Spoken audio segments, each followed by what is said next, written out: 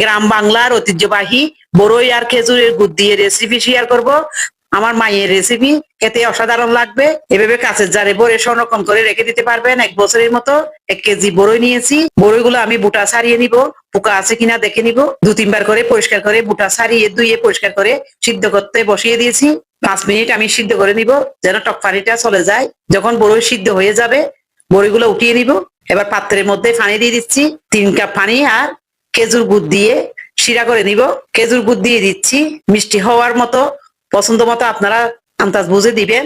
লবঙ্গ, এলাচ, দালচিনি দিয়েছি, একটা সুন্দর ফ্লেভার আসবে।